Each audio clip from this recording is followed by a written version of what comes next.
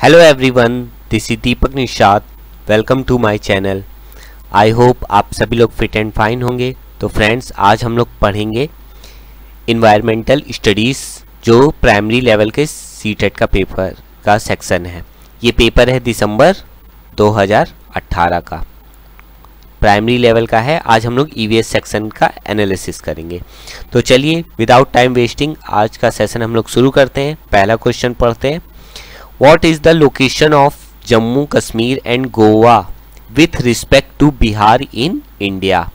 भारत में बिहार के सापेक्ष जम्मू कश्मीर और गोवा की स्थिति क्या होगी, क्या है? तो देखिए, बिहार और बिहार के, तो देखिए ये नॉर्थ हो जाएगा, ये ईस्ट, ये साउथ और ये waste.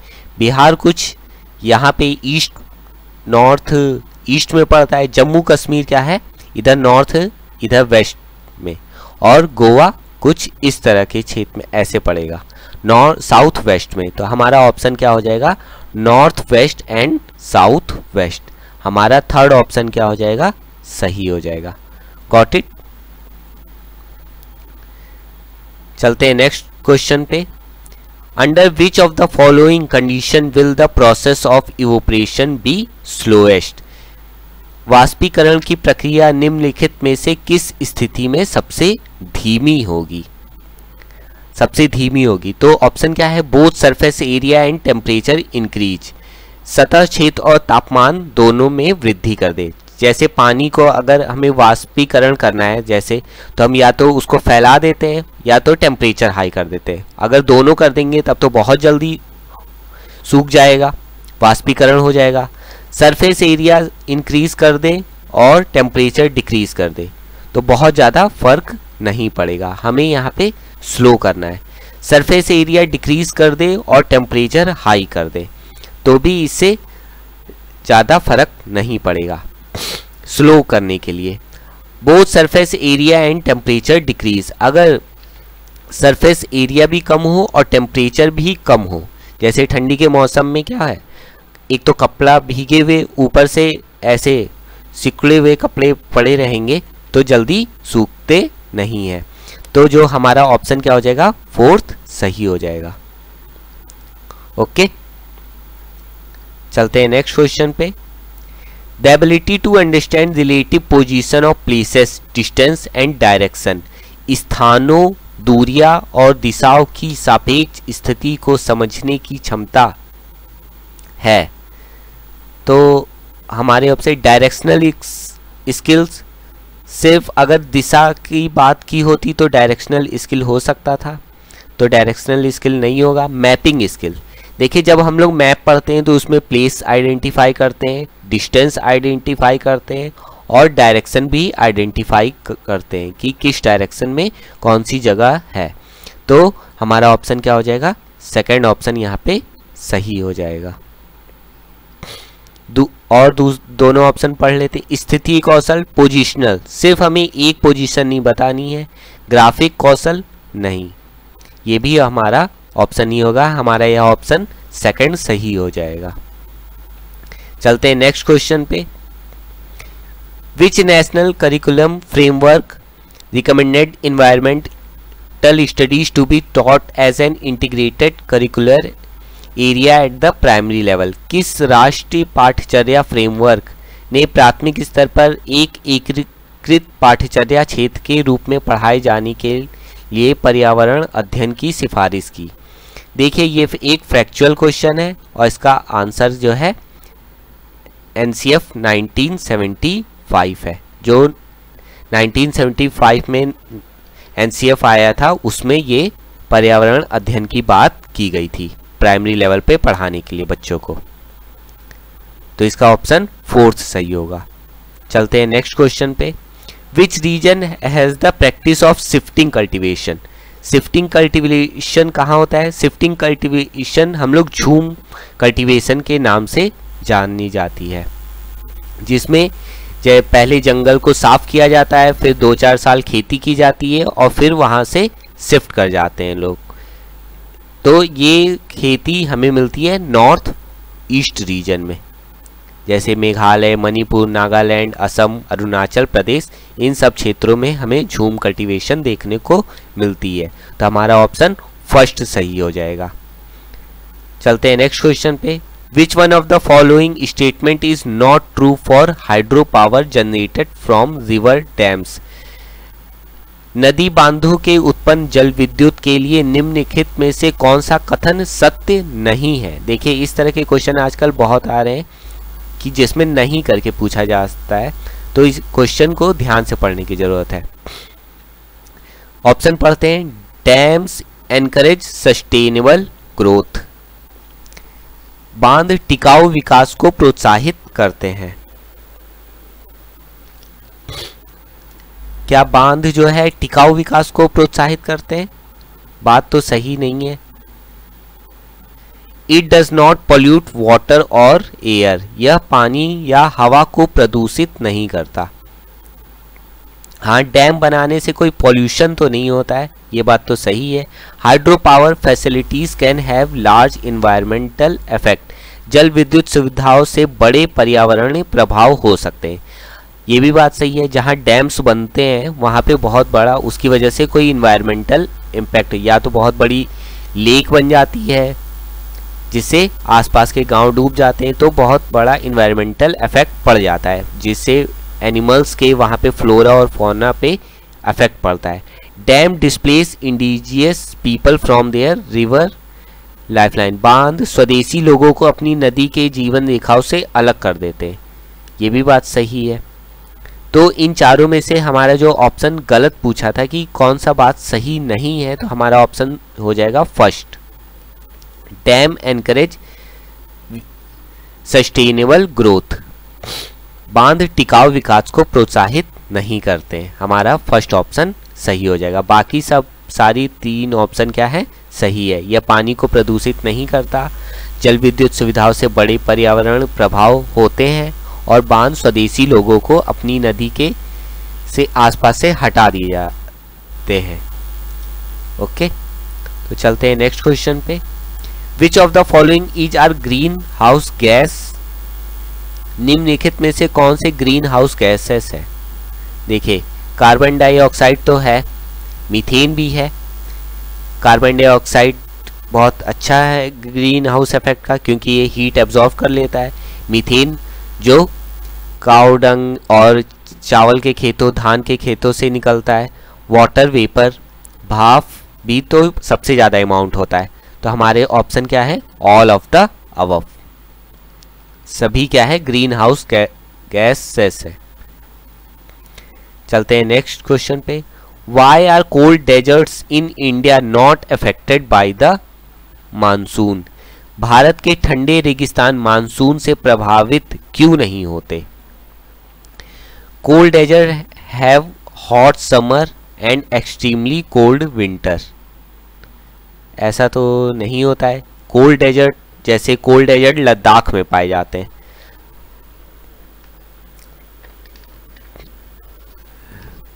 Cold desert lie in the rain shadow of the Himalaya. ठंडे रेगिस्तान हिमालय के वृष्टि छाया में होते हैं, ये बात सही है। Air is very thin in cold desert, नहीं। Cold desert are at very high altitude, ये बात भी सही है कि कोल्ड डेजर्ट ये लद्दाख में जो ऊंचाई पे पाए जाते हैं, लेकिन जो हमारा ऑप्शन है वो सेकंड ऑप्शन ज़्यादा सही है। ठंडे रेगिस्तान हिमालय की वृष्टि छाया में होते हैं, हमारा सेकंड ऑप्शन सही हो जाएगा। चलते हैं नेक्स्ट क्वेश्चन पे। Which one of the following is responsible for turning Taj Mahal yellow. इनमें से ताजमहल जो है येलो किसकी वजह से पड़ रहा है? ताजमहल के पीले होने के निम्नलिखित में से कौन से जिम्मेदार है? तो ये देखिए, ये फैक्चुअल क्वेश्चन है, अक्सर क्वेश्चन देखा जाता है। तो हमारा ये ऑप्शन सल्फर डाइऑक्साइड होगा, क्योंकि इन्वायरमेंट में पॉल्यूशन से सल्फर डाइऑक्साइड होता है, और फिर जब बारिश होती है तो वाटर से रिएक्ट करके सल्फ्यूरिक एसिड बन जाता है। वही जो है ताजमहल पे जब बारिश होती है तो एसिड रेन का काम करती है। तो हमारा ऑप्शन क्या हो जाएगा, 2 सही हो जाएगा। ओके, चलते हैं नेक्स्ट क्वेश्चन पे। Who build the Golconda fort. ये देखिए, ये एक एसएसटी का मतलब कह सकते हैं एसएसटी का ही क्वेश्चन है, हिस्ट्री का। ये एक फैक्चुअल क्वेश्चन है कि गोलकुंडा किला किसने बनाया था। तो इसका ऑप्शन जो सही होगा काकतीय राजवंश। इसका ऑप्शन काकतीय राजवंश होगा। गोलकुंडा कोट काकतीय राजवंश ने बनाया था। चलते हैं नेक्स्ट क्वेश्चन पे। What is the mass on object mass of an object with a density of 15 gram per ml and a volume of 3 ml। मास पूछ रहा है हमसे। तो देखिए, डेंसिटी का क्या फॉर्मूला होता है? डेंसिटी होता है मास अपॉन वॉल्यूम। तो डेंसिटी कितनी दे रखी है? 15 ग्राम पर ml और मास पूछा है, वॉल्यूम कितना दे रखा है? 3 ml। तो क्या करेंगे? 15 इंटू 3। तो हमारा ऑप्शन हो जाएगा 45 ग्राम। हमारा आंसर क्या हो जाएगा? 45 ग्राम। ओके, चलते हैं नेक्स्ट क्वेश्चन पे। Which one of the following is a scalar quantity. निम्नलिखित में से कौन सी आदिश राशि है? देखिए, दो तरह के होते हैं, एक होती है स्केलर क्वांटिटी और दूसरी होती है वेक्टर क्वांटिटी। हिंदी में कहते हैं आदिश राशि और सदिश राशि। स्केलर क्वांटिटी वो होती है जो सिर्फ मैग्नीट्यूड पे डिपेंडेंट रहती है, और वेक्टर क्वांटिटी वो होती है जो मैग्नीट्यूड और डायरेक्शन पे भी डिपेंड करती है, दिशा पे भी निर्भर करती है। तो इसमें पूछा है हमसे स्केलर क्वांटिटी जो सिर्फ मैग्नीट्यूड पे होती है। तो देखिए, इसका ऑप्शन हो जाएगा मास। द्रव्यमान। द्रव्यमान किसी भी वस्तु का जो है उसकी दिशा पे निर्भर नहीं करेगी, वो उसका मास एकदम फिक्स रहेगा, उसका द्रव्यमान फिक्स रहेगा। गुरुत्वाकर्षण जो है दिशा पे भी निर्भर करेगी, मोमेंटम ये उस पे दिशा पे निर्भर करेगी, और वेट भी जो है दिशा पे निर्भर करेगा। तो हमारा ऑप्शन क्या हो जाएगा? मास। ओके, द्रव्यमान। चलते हैं नेक्स्ट क्वेश्चन पे। An object which no light ray can pass through is called. एक ऐसी वस्तु जिससे कोई प्रकाश किरण गुजर नहीं सकती, उसे हम क्या कहलाते हैं? Opaque, translucent, transparent, convex. Hindi में कहते हैं अपारदर्शी, पारभासी, पारदर्शी और उत्तल। देखिए, इसका ऑप्शन क्या है?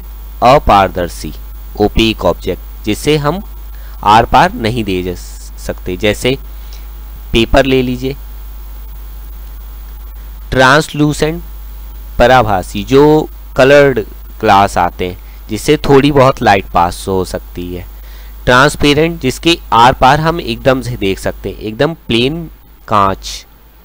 और कॉन्वेक्स तो मिरर लेंस होते हैं। तो हमारा ऑप्शन क्या हो जाएगा? फर्स्ट ऑप्शन सही हो जाएगा। चलते हैं नेक्स्ट क्वेश्चन पे। What will be the weight of an object on the surface of earth whose mass is 10 kg on the moon surface. ये पूछा है कि पृथ्वी की सतह पर किसी वस्तु का भार क्या होगा जिसका द्रव्यमान चंद्रमा की सतह पर 10 kg है। तो वैसे देखिए, जो मून का ग्रेविटेशनल फील्ड होता है, ग्रेविटेशनल फोर्स होता है, गुरुत्वाकर्षण, वो धरती के गुरुत्वाकर्षण से 1/6 होता है, 1/6 होता है। तो अगर 10 kg है तो यहाँ पे तो 60 kg होना चाहिए पृथ्वी पे, लेकिन सीटेट ने इसका ऑप्शन कुछ भी नहीं माना है, सबको इसमें नंबर दिए थे। तो इसमें से हमारे कोई भी ऑप्शन सही नहीं है सीटेट के हिसाब से। ओके, चलते हैं नेक्स्ट क्वेश्चन पे। The rate of dissolution of A soluble depend on. एक विलय का विघटन दर पर निर्भर करता है। द रेट ऑफ डिसोल्यूशन, जैसे हम पानी में चीनी घोलते हैं या नमक घोलते हैं तो वो कितना घुलेगा, rate of dissolution of a solute किस पे डिपेंड करता है, तो ये इसका ऑप्शन होगा थर्ड, सरफेस एरिया, सतह क्षेत्र पे निर्भर करता है। एक विलय का विघटन दर किस पे निर्भर करेगा, सतह क्षेत्र पे। ओके, चलते हैं नेक्स्ट क्वेश्चन पे। Sushma wants her student to be sensitized for conservation of tree. Which one of the following is the most suitable strategy to do so? Sushma चाहती है कि उसके छात्रों को पेड़ों के संरक्षण के लिए संवेदनशील बनाया जाए। निम्नलिखित में से कौन सी ऐसा करने से सबसे उपयुक्त रणनीति है? पेड़ों के लिए मतलब संवेदनशील बनाना चाहती है तो एक टीचर सुषमा को क्या करना चाहिए? Conducting a debate in classroom, कक्षा में बहस आयोजित करना चाहिए। बहस आयोजित करने से क्या होगा? ग्रुप डिस्कशन, कोई हमें डिबेट हिंदी या इंग्लिश के सब्जेक्ट के लिए तो करनी है, हमें पेड़ पौधों के लाइव वो करना है। पोस्टर मेकिंग, पोस्टर मेकिंग से भी कुछ होगा नहीं होगा। Helping children to adopt nurture a plant, बच्चों को एक पौधे को अपनाने और पोषित करने में मदद करना। बच्चे को देखिए खुद एक्टिविटी वो उसको सेंसिटिव बनाना है एक पौधे के प्रति, तो उससे ये है कि बच्चे को कहा जाए कि तुम एक पौधा लगाओ, उसकी देखभाल करो, तो ये एक्टिविटी ज़्यादा सही है। चारों में से हम उस पर बहुत सारी बातें करवा दें, पोस्टर बनवा दें और बच्चा लाइव एक जिंदा पौधे के बाद वो उसको ना बचा पाए तो फिर उन एक्टिविटीज से क्या फ़ायदा? तो हमारा ऑप्शन 4 सही हो जाएगा। चलते हैं नेक्स्ट क्वेश्चन पे। अभय asked his student to do a survey in group on disease that people in their neighborhood suffered from. The survey is not mentioned in the textbook. Which option is not relevant for this teaching learning strategy? देखिए इस तरह का ये second question है जिसमें note करके पूछा गया है, तो हमें ध्यान से पढ़ने की जरूरत है। अभय ने अपने छात्रों से उन बीमारियों पर समूह में एक सर्वेक्षण करने के लिए कहा जिससे उनके पड़ोस के लोग पीड़ित थे। पाठ्यपुस्तक में सर्वेक्षण का कोई उल्लेख नहीं है।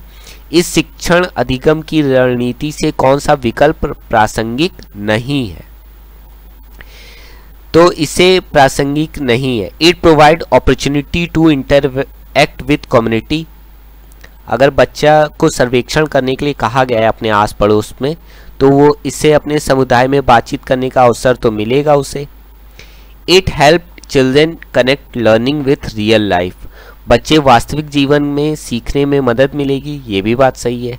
It enable children understand data handling and work together, इससे क्या है बच्चों को डेटा हैंडलिंग समझने और एक साथ काम करने में सक्षम बनेंगे, ठीक है, ये भी बात सही है। It help the community understand the disease that they suffered from, इससे समुदाय को उन बीमारियों को समझने में मदद मिलेगी जिनसे वे पीड़ित थे। नहीं, बच्चा जो है एक डाटा अपने लिए वो करने गया है, कोई वो डॉक्टर तो है नहीं जो जिस पे वो समुदाय को जानकारी देगा बीमारियों के बारे में या कोई दवा देगा, तो वो सब जानकारी नहीं बता पाएगा बच्चा। वो सिर्फ ये पता करने गया है कि किस बीमारी से पीड़ित है। तो हमारा ऑप्शन क्या हो जाएगा? यहाँ पे नोट करके पूछा था इसलिए हमारा ऑप्शन क्या हो जाएगा? 4th सही होगा। ये प्रासंगिक नहीं है। इस समुदाय को उन बीमारियों को समझने में मदद मिली जिससे वे पीड़ित थे, ये प्रासंगिक नहीं है इस एक्टिविटी को लेके। ओके, चलते हैं नेक्स्ट क्वेश्चन पे।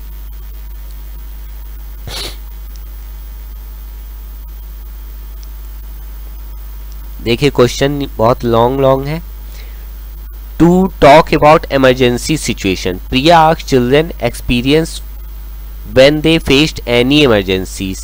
Children narrated their experience with fire, electric shock and road accident. She asked question, assessed their existing understanding and discussed safety aspect using resources such as road safety advertisement from newspaper and also used LPG and electric bill to discuss safety guideline on fire, electric shock respectively, which is the most appropriate approach that Priya employed.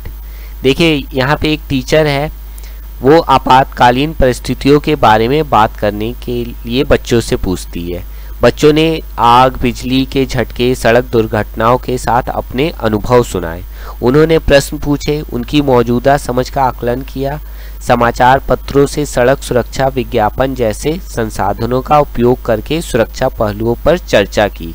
क्रमशः आग और बिजली के झटकों पर सुरक्षा दिशा निर्देशों पर चर्चा के लिए LPG और इलेक्ट्रिक बिल का इस्तेमाल किया।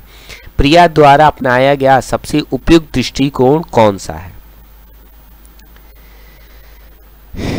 इसमें क्या है सबसे बढ़िया जो बेस्ट ऑप्शन इसमें क्या है? कॉग्निटिव अप्रोच, संज्ञानात्मक दृष्टिकोण,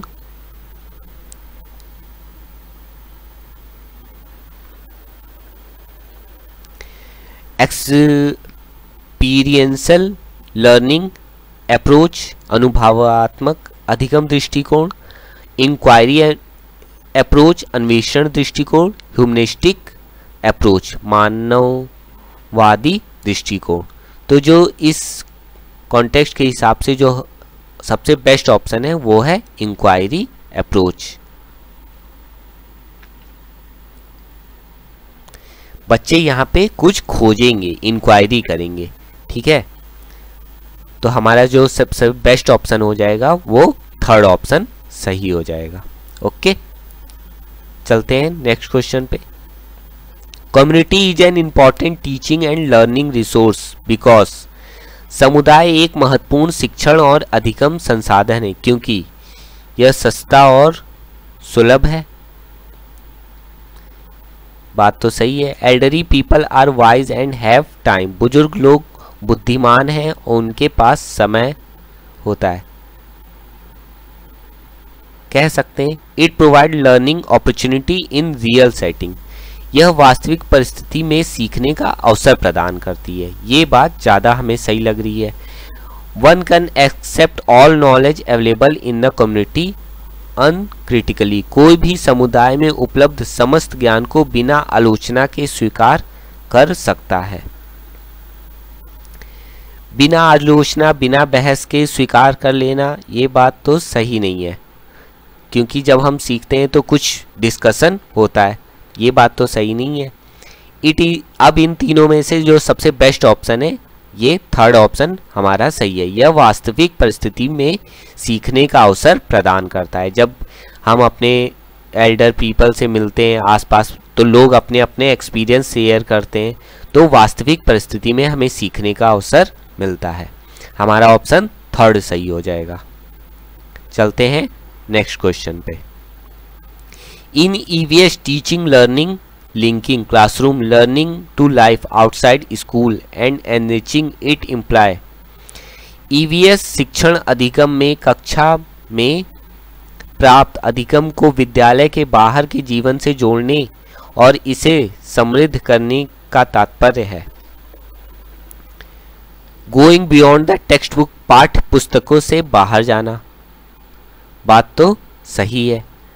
जब हम आउटसाइड की लाइफ से देखें, यहाँ पे लिखा है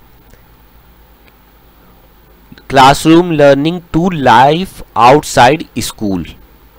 जब हम स्कूल के बाहर के जीवन को हम यूज कर रहे हैं सीखने के लिए, तो going beyond the text book, तो ये बात सही है। फिर और भी ऑप्शन पढ़ लेते हैं। Linking text book into global environmental issue and concern, वैश्विक पर्यावरण मुद्दों और चिंताओं को पाठ्यपुस्तकों से लिंक करना, तो ये तो फर्स्ट ऑप्शन में ही आ जाएगा। होल स्कूल अप्रोच, पूर्ण विद्यालय दृष्टिकोण, गोइंग बियॉन्ड करिकुलम, पाठ्यचर्या से बाहर जाना, ये तीनों ऑप्शन क्या है फर्स्ट ऑप्शन में ही समाहित हो जाते हैं। हमारा फर्स्ट ऑप्शन क्या होगा सही होगा, पाठ्य पुस्तक से बाहर जाना। ओके, चलते हैं नेक्स्ट क्वेश्चन पे। To class third student, Rama taught that a father, mother and their children constitute nuclear family and its grandparents and other relatives stay along, then it is an extended family. What do you think of this? कक्षा 3 के छात्रों के जमा ने सिखाया कि पिता, माँ और उसके बच्चे एकल परिवार का गठन करते हैं। यदि दादा दादी एवं अन्य रिश्तेदार साथ रहते हैं तो वह विस्तारित परिवार है। आप इस बारे में क्या सोचते हैं? देखिए, एक ईवीएस में चैप्टर होता है फैमिली, तो फैमिली में किस तरह डिफाइन करती है? एक होती है न्यूक्लियर फैमिली, एक होती है हिंदी में कहते हैं संयुक्त परिवार। तो इस what do you think of this? उसने रमा ने सही बताया या गलत बताया, ये हमसे पूछ रहा है। The definition of family is incorrect. Incorrect तो नहीं है। Rama is insensitive toward her student. Rama अपने छात्रों के प्रति असंवेदनशील है, ये बात तो नहीं कह सकते हम। The teaching learning approach is not inclusive. शिक्षण अधिगम दृष्टिकोण समावेशी नहीं है, हाँ हम ये कह सकते हैं। The concept of family has to be taught like this. परिवार की अवधारणा को इसी तरह सिखाया जाना चाहिए। नहीं, तो हमारा ऑप्शन थर्ड ज़्यादा सही है। शिक्षण अधिगम दृष्टिकोण समावेशी नहीं है। बच्चे को हम सिर्फ छोटी फैमिली हम पढ़ाएंगे कि माँ बाप और सिर्फ उनके बच्चे, तो बच्चा जो है सिर्फ इंटरपर्सनल हो जाएगा, इंट्रापर्सनल हो जाएगा। वो सिर्फ खाली अपनी फैमिली या लिमिटेड लोगों के साथ ही रहना, वो उसके अंदर शेयरिंग जैसे गुण नहीं आएंगे, उसके अंदर समावेशी के गुण नहीं आएंगे। The teaching learning approach is not inclusive. हमारा ऑप्शन थर्ड सही हो जाएगा। ओके, चलते हैं नेक्स्ट क्वेश्चन पे। Which of the following is are activity या activities in EVS classroom?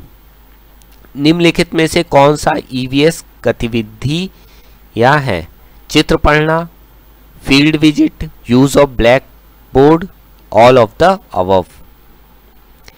Picture reading होता है प्राइमरी लेवल पे, फील्ड विजिट भी होता है, यूज ऑफ ब्लैक बोर्ड, कई बार कुछ एक्टिविटीज को हम ब्लैक बोर्ड पे भी बताते हैं।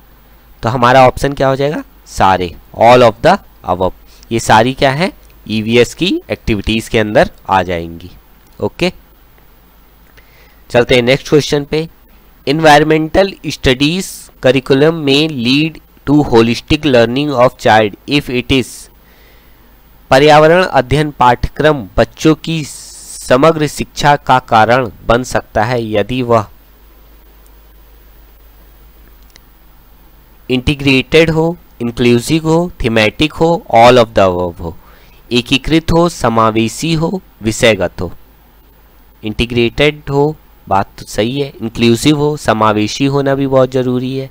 थीमेटिक हो, एक एक थीम को लेके चले, तो हमारा ऑप्शन यहाँ पे ऑल ऑफ द अबव हो जाएगा।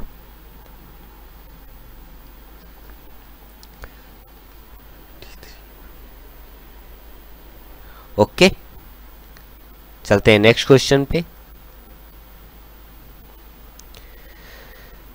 In EVS textbook has a chapter on snake charmer. It is intended to make children aware and to be sensitized. EVS पाठ्य पुस्तक में सपेरों का एक अध्याय है। इस उद्देश्य बच्चों को जागरूक करना और संवेदनशील बनाना है कि वह अवैध कार्य है।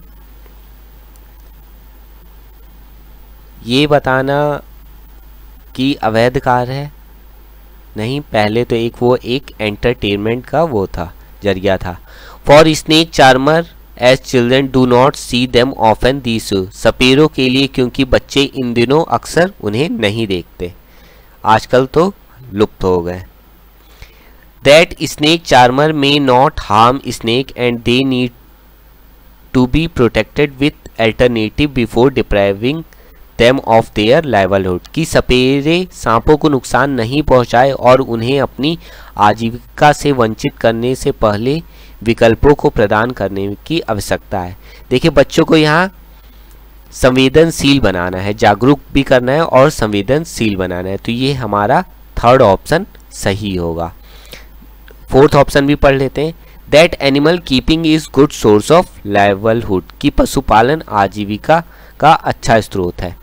सांप पालना बहुत अच्छा पशुपालन तो नहीं कह सकते हम, बस एक ये एंटरटेनमेंट के लिए लोग पालते थे, क्योंकि बहुत ज़्यादा पहले गेम्स होते नहीं थे, तो लोग बंदर का नाच, सपेरों का नाच, यही सब देखते थे। हमारा ऑप्शन यहाँ थर्ड सही हो जाएगा। ओके, चलते हैं नेक्स्ट क्वेश्चन पे। What is the most relevant to the mid day meal time in school, विद्यालय में मिड डे मील के समय के लिए कौन सा सबसे प्रासंगिक है। It has nothing to do with and teaching learning, शिक्षण अधिगम के साथ इसका कोई लेना देना नहीं है। ये बात तो नहीं सही है। ये मिड डे मील की योजना इसलिए लाई गई थी कि बच्चे जिन बच्चों को भोजन उपलब्ध नहीं हो सकता है उनको पौष्टिक आहार भी उपलब्ध कराया जा सके, ताकि वो स्कूल में बेहिचक पढ़ सके। It is good teaching learning opportunity for EVS teaching learning, it is good teaching learning, यह ईवीएस शिक्षण अधिगम के लिए एक अच्छा शिक्षण अधिगम का अवसर है। ये बात तो सही है, क्योंकि ईवीएस में हमारा जो कुछ थीम्स हैं जिसपे फूड है, शेल्टर है, फैमिली है, तो फूड एक हमारा थीम है, तो ये एक अच्छा अवसर हो सकता है। बाकी ऑप्शन भी पढ़ लेते। It is for children who come empty stomach in school, यह उन बच्चों के लिए विद्यालय में खाली पेट आते हैं। ये सिर्फ उन बच्चों के लिए नहीं जो खाली पेट आते, ये सभी के लिए है, यहाँ किसी का भेदभाव नहीं होता है। It waste a lot of precious time of teaching learning, यह शिक्षण अधिगम में बहुत से मूल्यवान समय को बर्बाद कर देता है। नहीं, लंच तो सभी स्कूलों में होता है, तो हमारा जो ऑप्शन सेकंड सही हो जाएगा। It is a good teaching learning opportunity for EVS teaching learning, हम इसे बच्चों को बता सकते हैं फूड के बारे में, डिफरेंट टाइप्स ऑफ फूड के बारे में, न्यूट्रिशन के बारे में डिस्कस कर सकते हैं। चलते हैं नेक्स्ट क्वेश्चन पे। What does learning without burden in the context of environmental study imply? पर्यावरण अध्ययन के संदर्भ में बोझ के बिना सीखना क्या बताता है। बोझ के बिना सीखना पर्यावरण अध्ययन के संदर्भ में क्या बताता है। Less weight of school bag,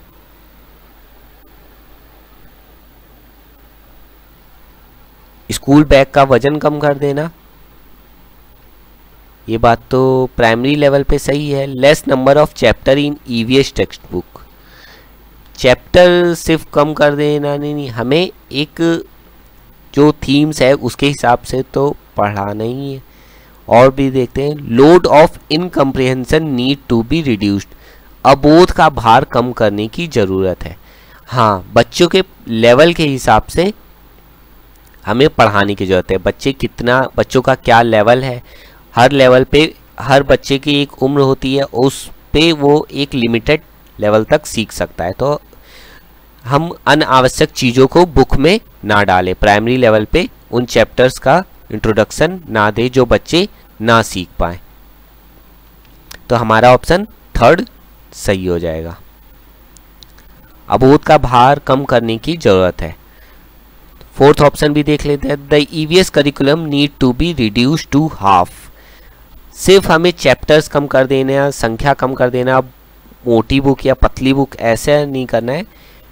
बस हमें मेन है हमारा जो थीम्स है, जो बच्चे को ज़्यादा से ज़्यादा सीख सके, उसे ज़्यादा से ज़्यादा अपॉर्चुनिटी मिल सके, जो चीज़ें एक लेवल के हिसाब से हो वही वो उनको चैप्टर में दिए जाए।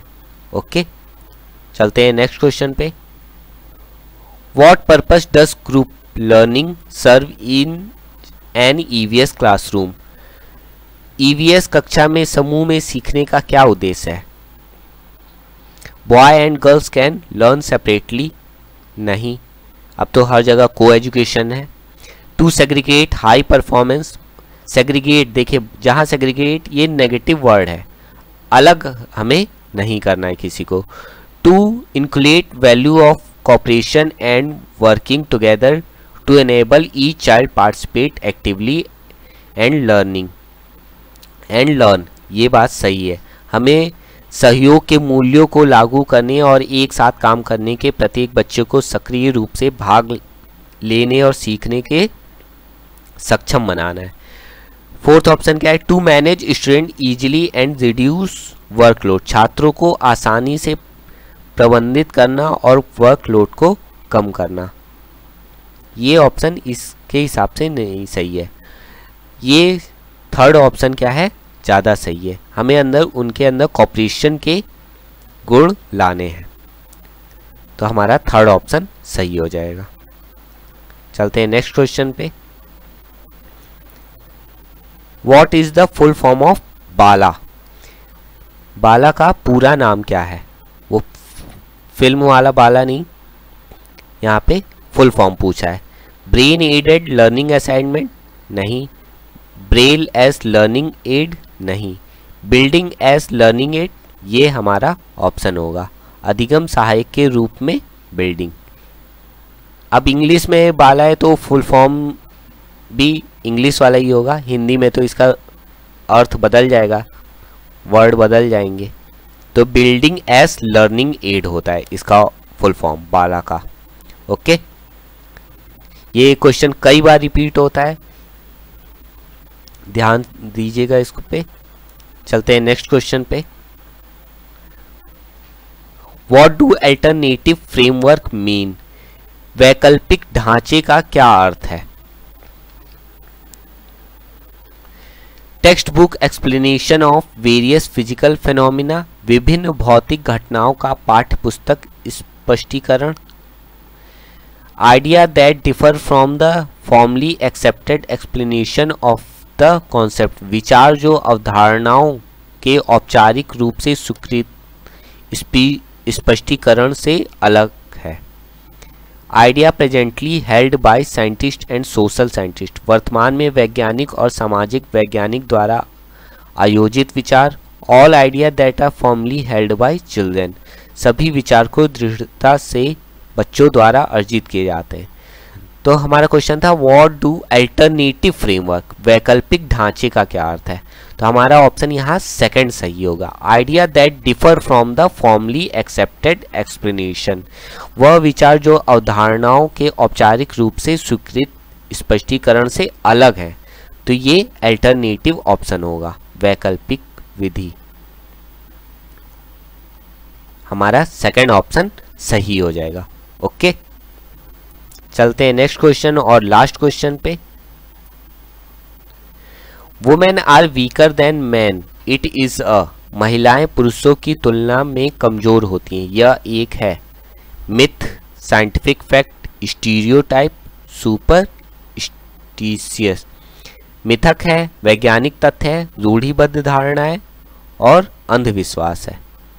तो ये एक मिथक है। आजकल तो सबको अपॉर्चुनिटी मिल रही है और सब लोग, महिलाएं पुरुष सब फील्ड में काम कर रहे हैं।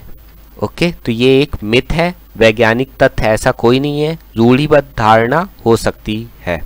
सुपरस्टिशियस, अंधविश्वास भी कह सकते थे। इसमें स्टीरियोटाइप और मिथ में हमें कंफ्यूजन हो सकता था कि जेंडर स्टीरियोटाइप है या मिथ है, तो हमारा ऑप्शन यहाँ मिथ सही होगा। सीटेट ने इसका आंसर मिथ माना है। ओके, ये एक मिथक है, ये एक झूठ बात है कि महिलाएं पुरुषों से कमज़ोर होती हैं। ओके, तो आप लोग को सेशन कैसा लगा? कोई डाउट हो, कोई कन्फ्यूजन हो तो कमेंट बॉक्स में पूछ सकते हैं, और जो लोग नए हैं वो सब्सक्राइब कर देंगे। तो मिलेंगे हम लोग जल्द ही नेक्स्ट क्लास में एक नए क्लास के साथ, नए पेपर के साथ। आज के लिए बस इतना ही। Okay, good bye.